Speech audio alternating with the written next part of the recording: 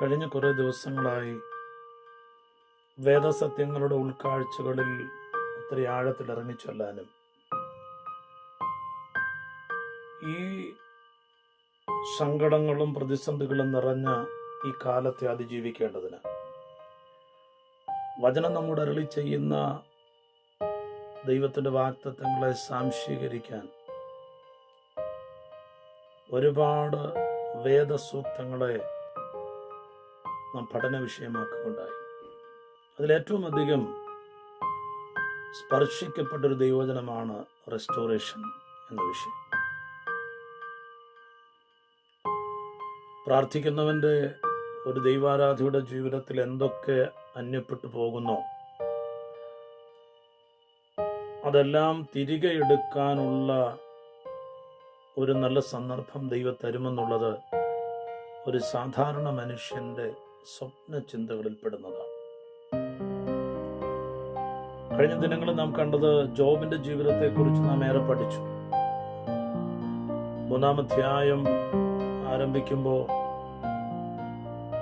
ജീവിതത്തിലെല്ലാം അന്യപ്പെട്ടു പോകുന്നവന്റെ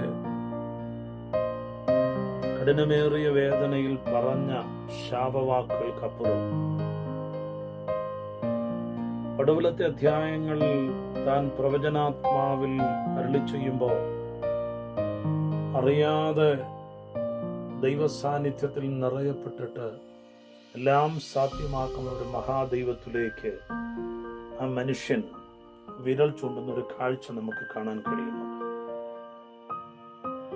ഇന്ന് ഞാൻ നിങ്ങളോട് സംവദിക്കാൻ ആഗ്രഹിക്കുന്ന വേദചിന്തയിൽ ലോകത്തിലെ ഏറ്റവും പ്രാക്തന സംസ്കാരമായിരുന്ന മെസൊപ്പൊട്ടേമിയൻ സംസ്കാര സീമയിൽ ഊർ, എടുക്ക തുടങ്ങിയ നഗര രാഷ്ട്രങ്ങളിൽ അക്കാലത്ത് വളരെ സംഘടിതമായ ജനപദങ്ങൾക്കിടയിൽ നിന്ന് ശരിക്കും പറഞ്ഞാൽ 1000-ലധികം കുടുംബാംഗങ്ങളുള്ള ഒരു ബൃഹത്തായ ഒരു തായ്വേരുള്ള കുടുംബ ബന്ധങ്ങളിൽ നിന്ന് അബ്രാം എന്നു പേരുള്ള ഒരു ചെറുപ്പക്കാരനെ സത്യാരാധനയ്ക്ക് വേണ്ടി ദൈവം മാറ്റി നിർത്തുമ്പോൾ, വേർതിരിച്ചെടുക്കുമ്പോൾ 21-ാം അധ്യായത്തിലെത്തുമ്പോൾ വ്യത്യസ്തമായ ഒരു പുനഃക്രമീകരണം പരിശുദ്ധാത്മ എഴുതി ചേർത്തിട്ടുണ്ട്. 12 വാക്യങ്ങൾ വായിച്ചു പരിചയമുള്ളവർക്ക് വേണ്ടി ഞാനത് വായിക്കുന്നില്ലെങ്കിലും നിങ്ങളുടെ വേദപുസ്തകം തുറന്നു നോക്കിയാൽ നിങ്ങൾക്ക് കാണാൻ കഴിയുന്നത് ചരിത്രത്തിന്റെ പിന്നാമ്പുറ കഥകൾ നിങ്ങൾക്കറിയാം. പക്ഷെ ഇവിടെ തൻ്റെ പ്രിയപ്പെട്ടവൾ സാറയുടെ ജീവിതത്തിൽ വരുന്ന ഒരു റെസ്റ്റോറേഷൻ പരിശുദ്ധാത്മ എഴുതിയിട്ടുണ്ട്. അതെങ്ങനെയാണ്?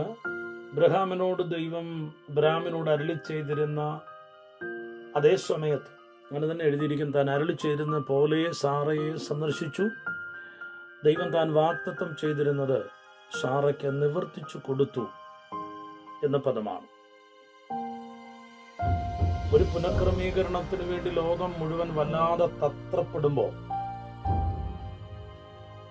എന്താണ് ചെയ്യണമെന്നറിയാതെ മനുഷ്യൻ വല്ലാതെ ഉത്തരം കിട്ടാതെ കുഴഞ്ഞുകൊണ്ടിരിക്കുന്ന ഈ സമയത്ത് വേദസൂക്തങ്ങൾ, ദൈവത്തിന്റെ പരിശുദ്ധാത്മാവിനാൽ വിരചിതമായ വേദസൂക്തത്തിന്റെ മൊഴിമുത്തുകൾ നമ്മോട് പറയുന്നത് ഒരു റെസ്റ്റോറേഷൻ നിന്റെ ജീവിതത്തിൽ നടക്കുന്നതിന് ഏറ്റവും ബോൽബലകമായ ഒരു വിഷയമെന്ന് പറയുന്നത് ദൈവം അറിയിച്ച വാഗ്ദത്തമാണ്. എന്ന് പറഞ്ഞാൽ ഒരു ദൈവിക വാഗ്ദത്തം കരഗതമാക്കിയവന് അടുത്ത പടിയെന്ന് പറയുന്നത്, അടുത്ത നിലവാരം എന്ന് പറയുന്നത് ദൈവം പറഞ്ഞ വാഗ്ദത്തങ്ങളിലേക്ക് കൊണ്ടുവരേണ്ടതിന് എന്തൊക്കെ കൈവിടപ്പെട്ടോ അതെല്ലാം തിരികെ കൊണ്ടുവന്ന് അവനെ റെസ്റ്റോർ ചെയ്യുക എന്ന ദൈവ പദ്ധതിയാണ്. വളരെ അത്ഭുതകരമായ ഒരു കാര്യം ഞാൻ പറയട്ടെ. ഈ വിഷയം സംസാരിക്കുമ്പോൾ സാഹചര്യം കൊണ്ടും ശാരീരിക ക്ഷമത കൊണ്ടും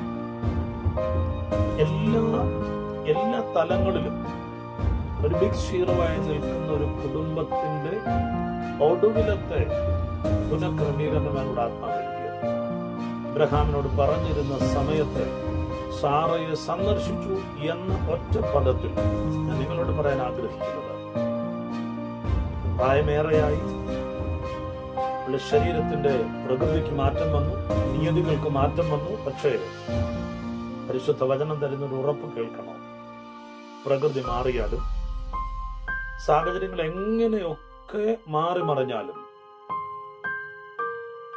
നമ്മെ റെസ്റ്റോർ ചെയ്യാൻ കഴിയുന്ന ഒരു പുനഃക്രമീകരണത്തിലേക്ക് കൊണ്ടുവന്ന് ഇന്നലകളിൽ നമ്മോട് അരുളി ചെയ്തത് എന്തൊക്കെയുണ്ടോ അതൊക്കെ തിരികെ തരാൻ കഴിയുന്ന ഒരു മഹാദൈവത്തെയാണ് വേദം വെളിപ്പെടുത്തുന്നത്.